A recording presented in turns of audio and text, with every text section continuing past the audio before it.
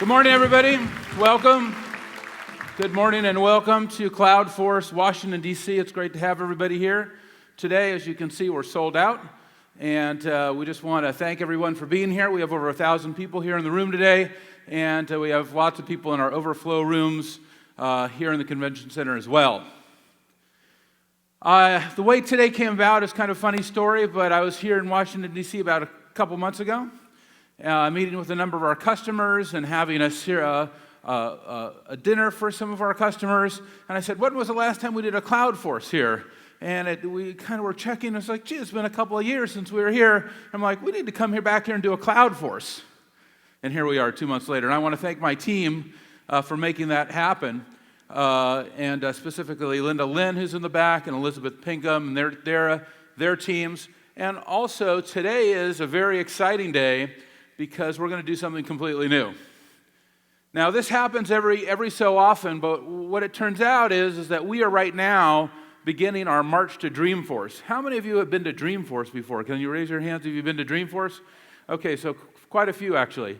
So we're on our march to Dreamforce, which is August 31st in San Francisco, which is our big event of the year, and we'll have 30,000 people there. Attending Dreamforce is now the third largest conference in the tech industry, and we will have about 14,000 people in that keynote room, so that'll be a big keynote room. And what we do between now and Dreamforce is we start basically bringing out a lot of our new messages and ideas and concepts, and in some ways testing them with audiences like you around the country and around the world. I was in Tokyo actually last Monday and Tuesday, which is kind of amazing, and I'm also on my way across the country to Chicago and to Boston. I feel like I need one of those buses like Sarah Palin is in. That looked really good last night on the news. So I want to tell you about this social enterprise presentation before we start it because, as I just mentioned, it is brand new. And what you need to know about it is, over the last, I would say, since February, I've met personally with about 200 customers. All kinds of customers all over the world. And what I saw happening with the customers, I kind of see every few years, 3 to 5 years, which is a dramatic change going on with them. And that change that's going on with the customers is that they're either adopting new technology or trying to do something new in their business. And then what I kind of start to get the feeling is that I need to articulate that back, both for our company and our employees so that we can serve our customers better, and also so that we can kind of lead the industry and kind of talk about, what are customers doing? I always get this incredible message in my head. You've probably, it's kind of this this old idea. Anyway, this phrase from the Bible, ask and you shall receive. And that's kind of how I feel, which is I'm always out there asking customers what's going on. I'm trying to listen and get the messages. I'm trying to understand what is going on with them.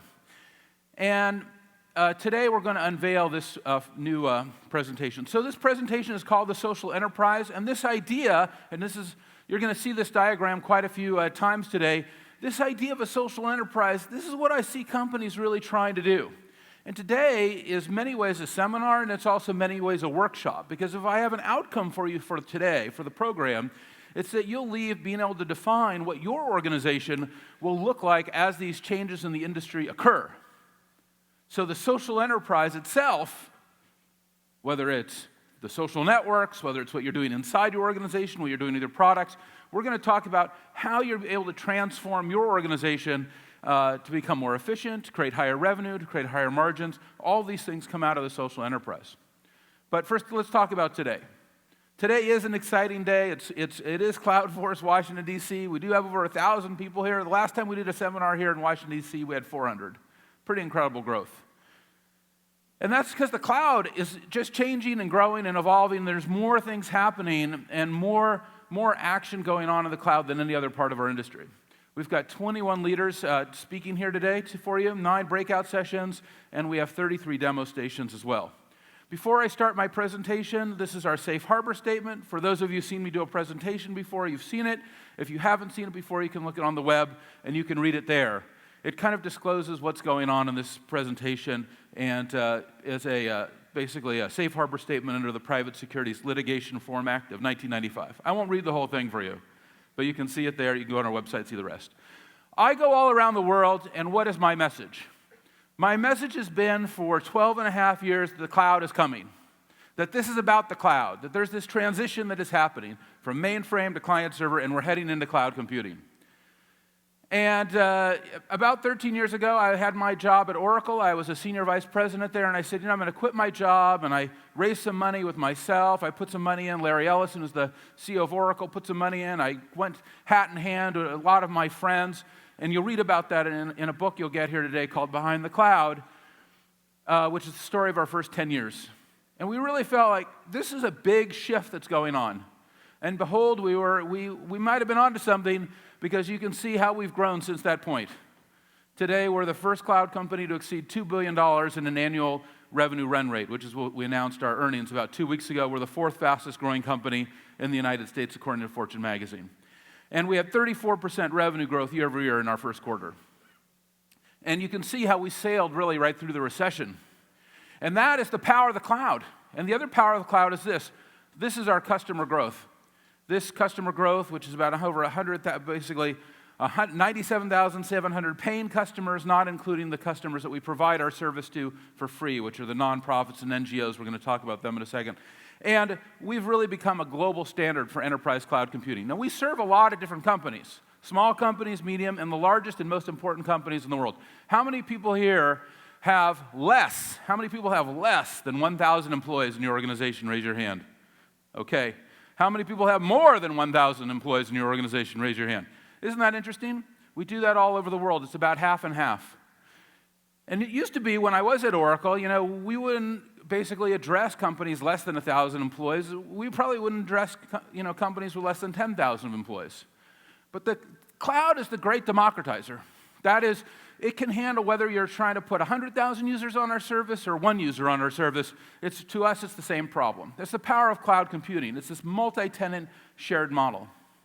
I woke up in a beautiful hotel here in Washington, D.C. this morning, and I'll tell you what, they didn't put in their own water plant, they didn't put in their own electricity, they didn't put in their own sanitation, they use shared services, multi-tenant shared services that run the apartment buildings and office buildings and even this convention center. And that's what we're doing for computing. Building a multi-tenant shared service. And it works great in these commercial organizations, and I'm sure there's some government organizations in this room because we're in Washington, D.C., and it works well for the government too. And you can see we've had great government success across every level, at the State Department, at the GSA, U.S. Census, Health and Human Services, Commerce, and many other federal and state government organizations as well. But what is this cloud computing? What is this model? Yes, it's multi-tenant, as I explained, but everyone knows, upgrades just happen automatically. Everybody's on the most current version. We don't have people on version 5 and another set on version 4 and another set on version 3. Everybody's on the current version. You pay as you go. You're not successful, you don't pay. You don't renew. So we're in a subscription business. We're not in a license business, and it's real time. Everything is happening in real time, and you'll see that today in the demonstrations. And all the technology is live this morning. And to build and deliver applications, it's 5 times faster and about half the cost. But the real power of cloud computing probably can be emphasized and amplified by a conversation I had with Craig Mundy, who's a senior VP at Microsoft, who I've known for a number of decades, actually. I was at the World Economic Forum in Davos, Switzerland, and I was with him, and I said, Craig, we have about 100,000 companies now using Salesforce.com. So, Craig, let me ask you a question. How many data centers, how many servers, how many switches, routers, hubs do you think would have had to be acquired if Salesforce.com did not exist? So if Salesforce.com did not exist for all of our customers, and obviously some of them run many different applications on our services, how many servers would have had to be purchased? He said, well, probably at least 1 for every customer, maybe 2, maybe 3. He said about 500,000, 500,000. I said, yeah, it's probably about 500,000. I said, well, isn't it shocking to you, Craig, that we only own 2,500 Dell PC servers? And he said, that is amazing. I said, Craig, that's the power of software. It's the power of software today that you can write a multi-tenant shared system, and you don't have to look any farther than companies like Yahoo, eBay, Google, Amazon, who pioneered it on the internet space in the consumer side to see that software architectures themselves have changed. And because those software architectures have changed, it gives us the ability to deliver a more efficient result back to the customer. Pretty powerful, and really speaks to what's possible, and I'm going to talk a little bit more about that in regards to efficiency and also building greener solutions. Now, because we are here in Washington, D.C., I just want to recognize something great that Vivek Kundra said, who's the federal government chief information officer. He said, cloud first. He said, if you're a federal agency, I get it. You better look at the cloud first before you start looking to try to buy your own software and hardware and networks and all this stuff. You got to go cloud first. It's a federal mandate for cloud computing. Default to cloud-based services. Secure, reliable, cost-effective cloud solutions must be selected. Each organization identifies 3 must-move services to the cloud. Now, this is a disruptive force. This is obviously someone who said, I'm going to make a change. To say, we're going to adopt the cloud right here in Washington, D.C. He said, cloud computing has the potential to greatly reduce inefficiencies, increase data center efficiency and utilization rates, and lower operating costs. We've proven that. And that's why today we're very happy to announce that the GSA has awarded us the FISMA authorization, and Salesforce.com was awarded this last week on May 27th. We have an authorization level to operate at moderate system level. 80% federal systems are categorized as low or moderate, so it's a big opportunity for federal government to move to our system and complementary, additive to significant security measures already deployed by Salesforce. So the cloud is secure. And it's not just shared, it's not just secure, it's not just easy, but it's also efficient and green. Look at this. You know, what is the carbon per transaction that your data center is sending out? I'll show you what mine is right here. You know, that in terms of what we're able to deliver in terms of CO2 per computer transaction. This is the lowest, and you can find out more about this at green.salesforce.com, but we're big believers that if you got to look at what's happening on the planet with energy, what is the biggest new consumer of energy on the planet? Data centers. How are we going to get through that? Software. We've got to rewrite all the software. We've got to make it multi-tenant and shared. It's the only way. You know, I was in Japan last week, as I mentioned, and let me tell you something amazing. That as I go around Japan, as I go to other conferences and cities all over the world, and I speak at events like this and other places, and I talk about cloud computing, the thing that's amazing to me is I'll walk into a trade show, and it will have the words that I actually wrote. Software as a service, platform as a service, which is a term we came up with, cloud computing on these booths. And I'll walk into a booth. I'll walk in, and I'll say, okay, you know, this is great. I love cloud computing. You know, I've been doing this for 13 years. You know, show me the cloud computing. And they'll say, oh, great, come on over here, Mr. Benioff. Oh, here it is, here it is. Here's our cloud. And they'll have like this rack of computers. It'll be about this size. Unless it's an Oracle show, then it's flipped up on vertically, okay? And I'm like, this is not cloud computing. They're like, oh, yeah, this is cloud computing. You don't know what cloud computing is. Let us tell you.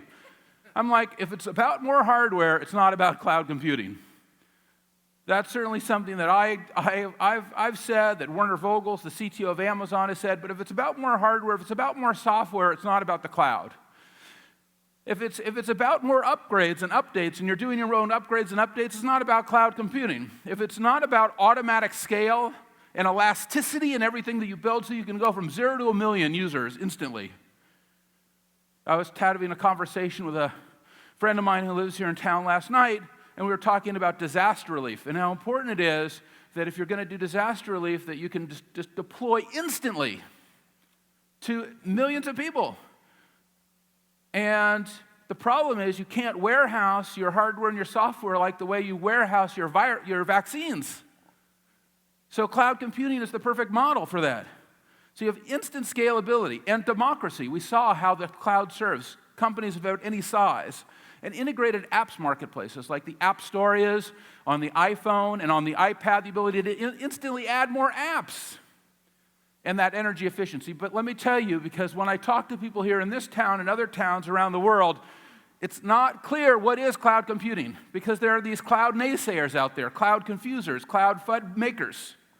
And these people out there who are making this cloud stuff, who are like, oh no, Mark doesn't know what he's talking about. We got your computer right here, baby. You know, it's got a big X on it, and you're going to buy it, and you're going to love it, and it's cloud. No, that's not what it is.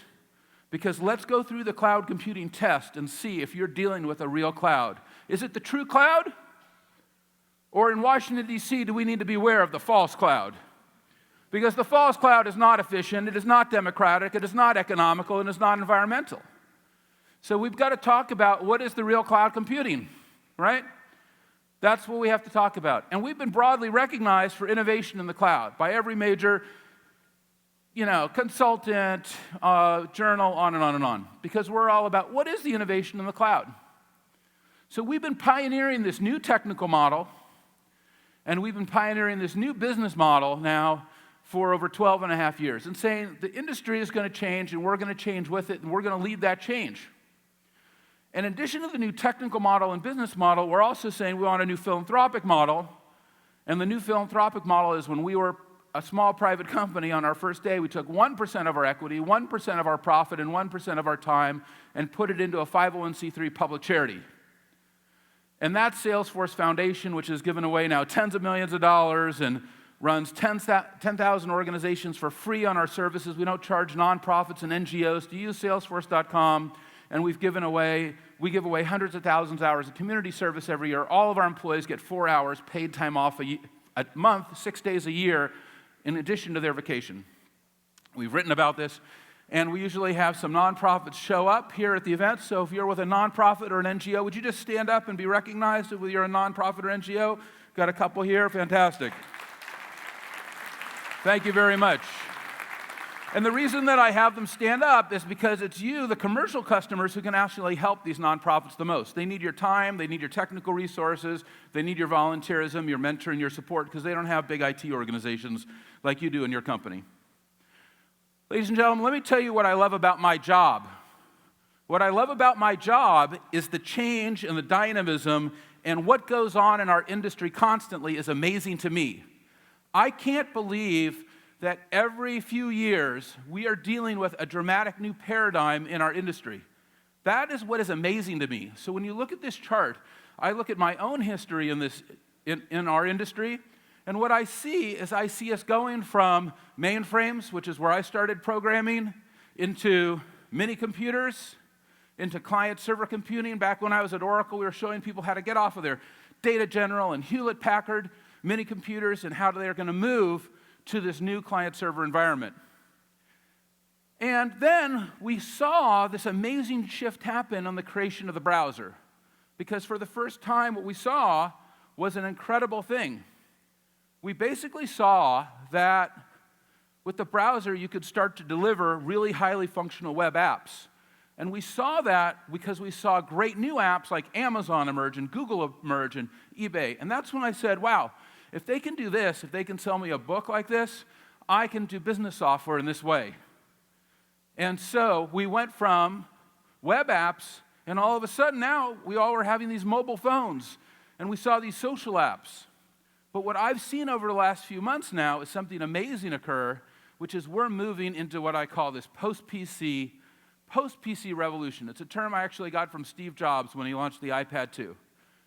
He said, we're moving into this post-PC revolution, and I believe it, because in those customers that I've met with, about half of them walked in over the last 3 or 4 months with their iPads.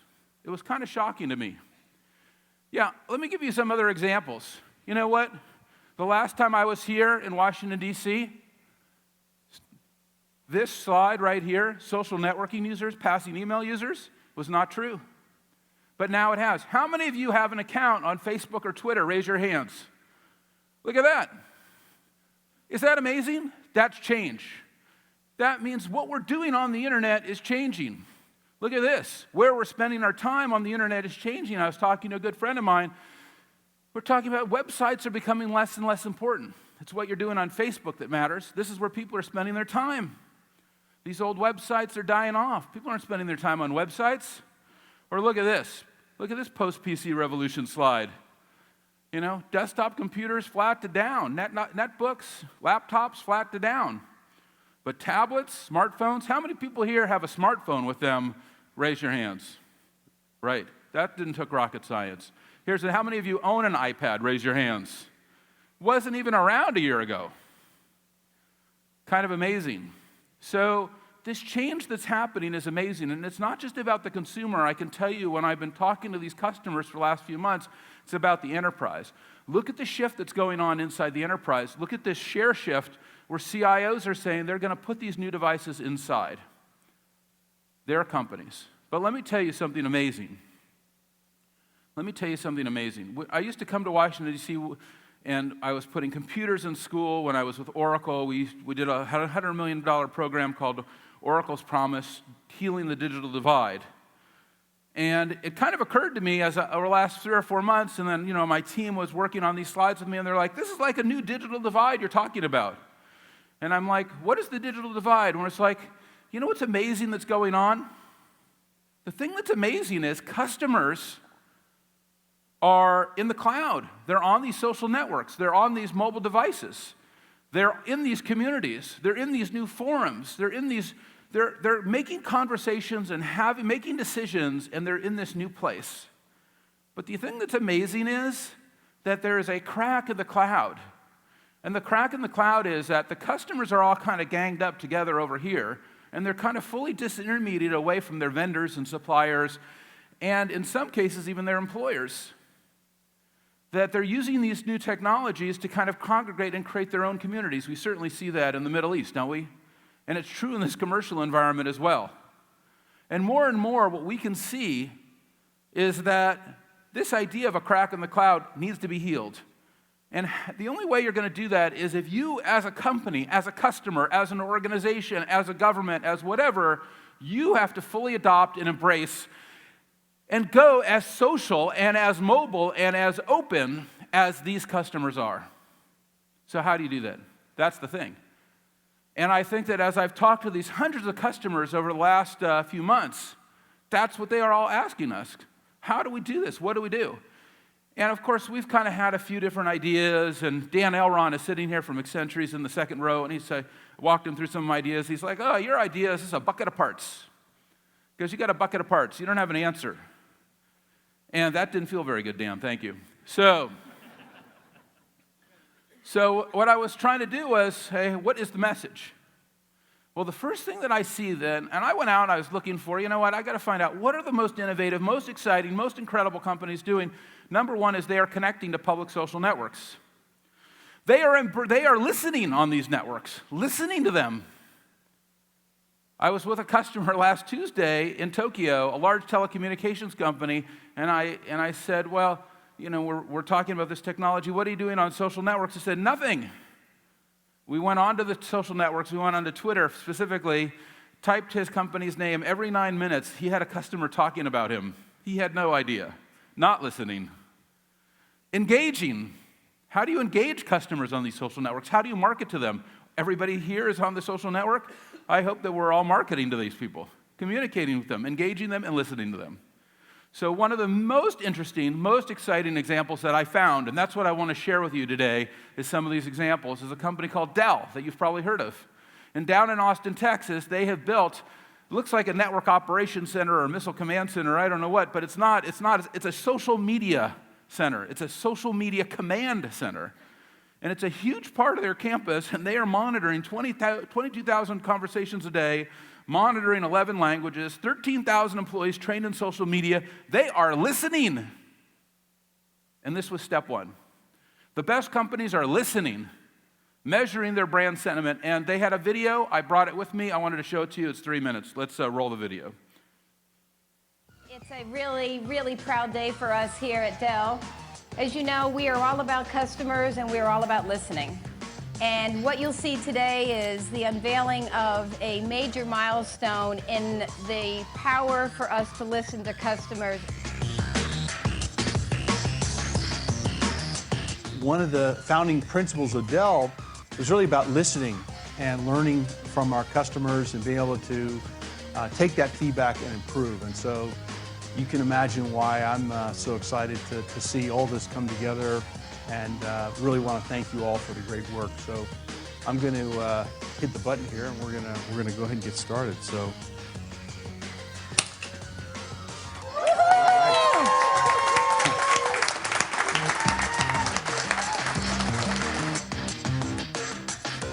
What I love about Dell's Social Media Listening Command Center is that, to me, it's a reflection of this bigger thing that Dell is doing. It's not just a superficial show that, yeah, social media is cool and we're listening, but it really is a reflection of this deeper kind of cultural investment in listening. Instead of Googling, now I use Twitter. And I'll ask on Twitter, and Dell responds to me. So this is a really, really important step, I think, to not only implementing all the necessary changes internally at Dell, but also to really being very proactive or reactively, quickly getting back to customers. Every function you can imagine inside the company is going to use social media and community tools, and today is the day that we emancipate the tools into the company.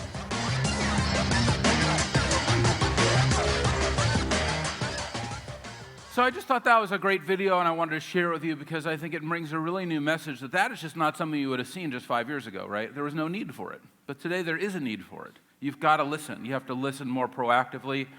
They're using some of our technology that we're going to show you a little bit later called Radian 6 to build that out.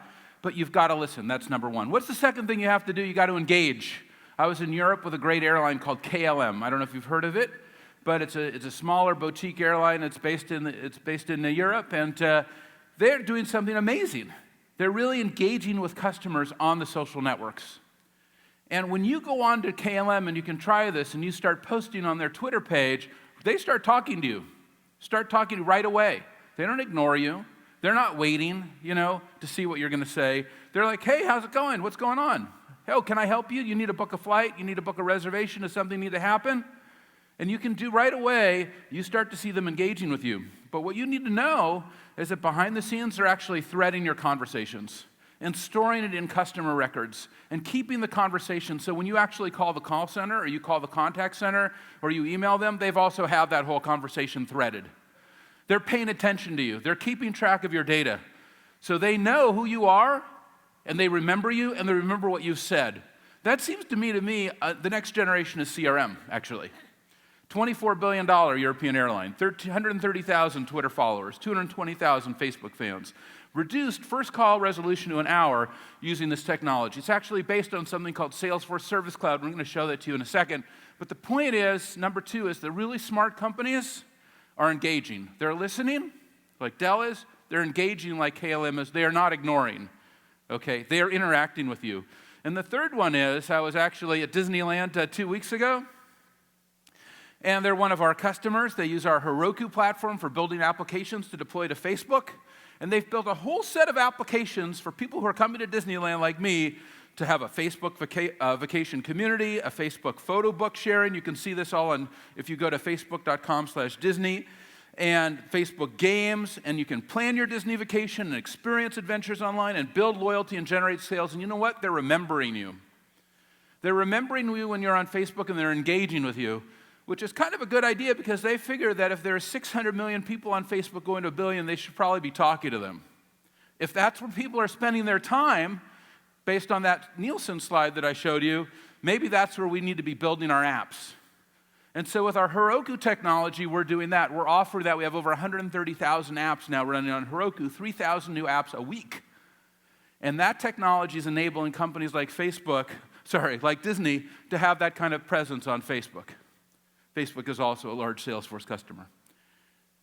And so that was kind of step one that I wanted to talk to you about, to listen, to engage, to market, and to start thinking about that in a new way. The second thing I wanted to talk to you about was creating your own corporate social networks. The really smart, interesting companies that are out there are saying, okay, all of our employees are on Twitter. Okay, they're all on Facebook. That's great. They've all learned what a status update is, what a profile is, what a feed is. They get it. Maybe we can increase collaboration in our enterprise through those metaphors. Maybe we can increase alignment in our enterprise using those metaphors. Maybe we can increase communication and information access using those metaphors. And there's probably no better example of that I found over the last few months than a great company called Symantec, fourth largest software company in the world. They've deployed 18,500 users onto a private social network that looks exactly like Facebook or Twitter, but it's private and secure.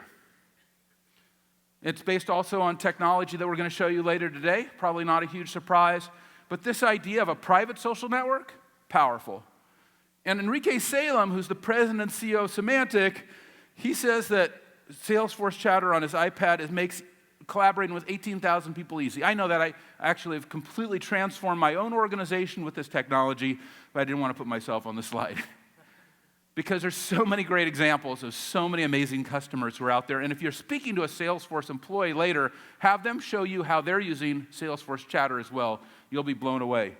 But like Dell, I grabbed a video of them, and I thought I would give you a few insights quickly from Symantec. The biggest thing I see in chatter is it clearly starts driving down the volume of email traffic. It's information being sent to people who need it.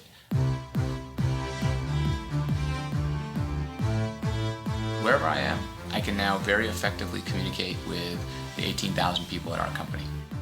I would tell you the biggest game changer that you're going to see over the next 5 years on productivity in corporations is how they use social media, and we've chosen to use chatter. So we've talked about listening, we've talked about engaging, we've talked about marketing, and we've talked about collaborating. These are 4 critical parts of this social enterprise that I see emerging out there in these most progressive, most advanced customers. And the next piece is selling. That they're able now to take this next generation information and access and awareness and knowledge of their customers and insights and enlightenment into their customers and transform it into revenue. And there was no better example of that than I found as a company called Groupon. How many of you heard of a company called Groupon in Chicago? Almost everybody. Why? It's the fastest growing company in the world ever, run by a 28-year-old CEO named Andrew Mason. He's amazing. Was just on the cover of Forbes magazine. They have about 6,000 employees. And over 5,000 of those employees use Salesforce.com Sales Cloud to run that business. It's the heart and soul of their sales and marketing operations. It's how they work with merchants and how they plan cities and how they deliver coupons and Groupons and how they do redemptions and how they service customers through Salesforce.com Sales Cloud. They've got over 5,000 people in the service. They share ideas for new promotions, plan new markets, collaborate on contracts, sharing this best practice and files and data. And so we're going to show that to you as well. Because when we look at a company like Groupon, who's having this huge impact on their market and the world and growing so unbelievably fast, it's because of their taking this opinion that they need to sell and that they need to have a sales cloud to do it. And the next key piece, the 6th key piece, was servicing. That the really smart, interesting customers were being incredibly proactive when it came to service. That if they saw you struggling, whether it was on the call center or the contact center, or again on Twitter or in Facebook, right away they were there and saying, we're here to help you. And Bank of America, not too far from here in North Carolina, they've got about 8, they have their call center, contact center, but their agents are out there and they're handling 1,100 tweets a day. They have an automatic conversion of tweet to case. That means you tweet something, they create a case number, an escalation, a set of rules around it, monitor it all the way to close. Pretty smart. Collaboration by agents and experts and fast resolution with call case routing, and they've been doing this now for over a year. Amazing. And then if you go and you actually go to their web presence or you go to their call center or their contact center, it's all integrated. Next generation service idea. This is a great example of a social enterprise. And then the final example of the social enterprise, the 3rd step, is what I was doing in Japan last week. So in Japan last week, we started talking about product social networks. So we've talked about public social networks, and we've talked about private social networks, and now we're going to talk about product social networks. What's a product social network? Never heard that before. Well, a product social network is this. Get your products on the social network. I was with Akio Toyoda. Toyoda-san is the CEO of Toyota. And I said something very simple to him. I said, you know what? I have an electric car. I actually do have an electric car. I have a Chevy Volt. And I said, I have an electric car, but the amazing thing about it is it doesn't talk to me. I need to know, is it charged? Is it ready to go? It's more important than ever on these next generation automobiles that are coming. They need to talk to you. The tire is low. The service station is around the corner. I need service. I contacted the dealer, and we're ready, and we're scheduled for you, and here's the 3 options that are available. Which one do you want? But the cars aren't talking to us yet. Cars aren't talking to us, and a lot of our technology and a lot of our products aren't talking to us yet. And yet they're wired up, or they are on the internet, but they're not talking to us. They're not social. But products need to become social. You know?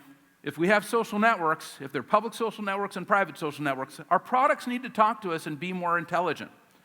And that's why we introduced a concept called Toyota Friend with Toyota-san last week, which was get your car on the social network. And we're going to show this example to you in a second, where the car is talking to you. Maintenance notifications and connections with friends and portals and dealer collaboration and location sharing, and happening either in a private portal environment with a password and a username, or happening right inside my public social network at my choosing. So get your product on the network. But a lot of our customers will say, well, that's great. And I was just at a great customer last week in Atlanta, which is a large beverage company. They have vending machines all over the world. I don't know if you've heard of them, Coca-Cola.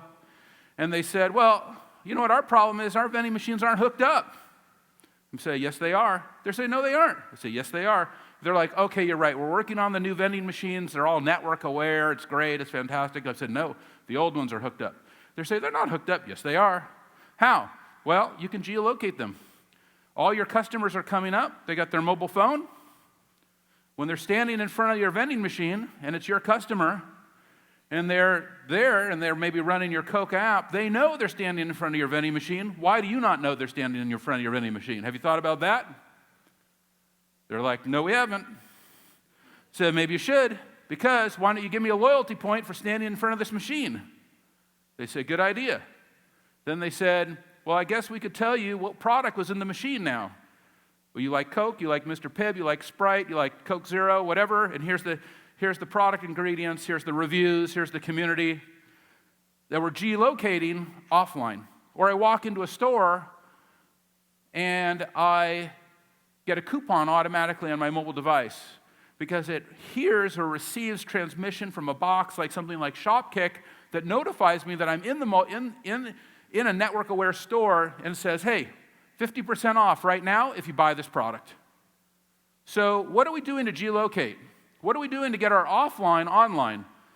Dan Darcy's in the front row, came up. He's going to come up in a second. He invented this idea with, we were working on this concept for Coke on their social enterprise. How do we recognize customers at the point of sale? How do we customize promotions and communications? How do we reward these loyal customers?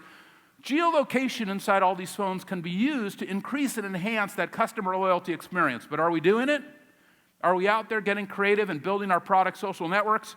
And the final thing is, are we including our partners and distributors like our customer VMware is, who's included 160,000 global partners and 900 new partners a month and 11,000 deal registrations a month and a partner locator and real-time partner profiling so that they can include the partners in their social enterprise. So as we're going around this wheel and we're thinking about, well, okay, am I listening?